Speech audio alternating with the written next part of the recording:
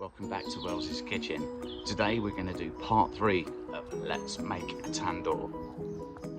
So to start with, I decapitated about 8 centimetres off the bottom of one pot. That is the pot that's going to be the bottom or the liner of our tandoor. Let's take a look. So here's our decapitated pot. You see that the bottom part I put now sits on the fire cement that I put in yesterday. That's hardened off nicely overnight. But what I've also done, if we spin around this way, is I've cut an air vent in the internal pot. So there's now an air vent on the external part of the bin and on the internal clay liner, which means that we can get oxygen into the fire when we get our tandoor lit.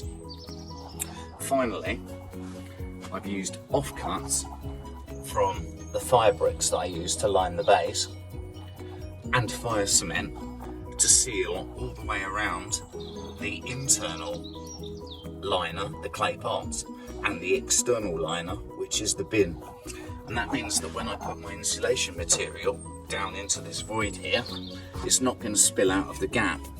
And it also means that when inflowing air to the fire goes in through our fire vents, it means that the air is going to go straight to the fire and not get wasted around the internal walls of the tandoor. So, apart from putting in our insulation material around the outside, because I'm waiting for the fire cement to harden off again, that's the base of our tandoor now done.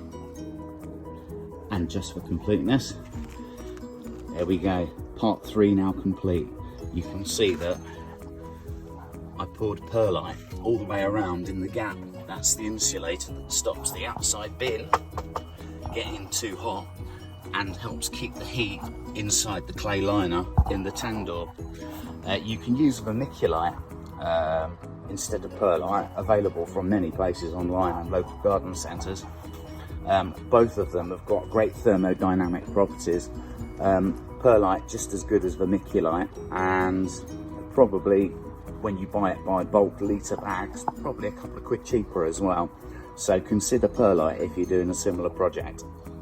Okay, we'll let that dry and then we'll crack on with part 4.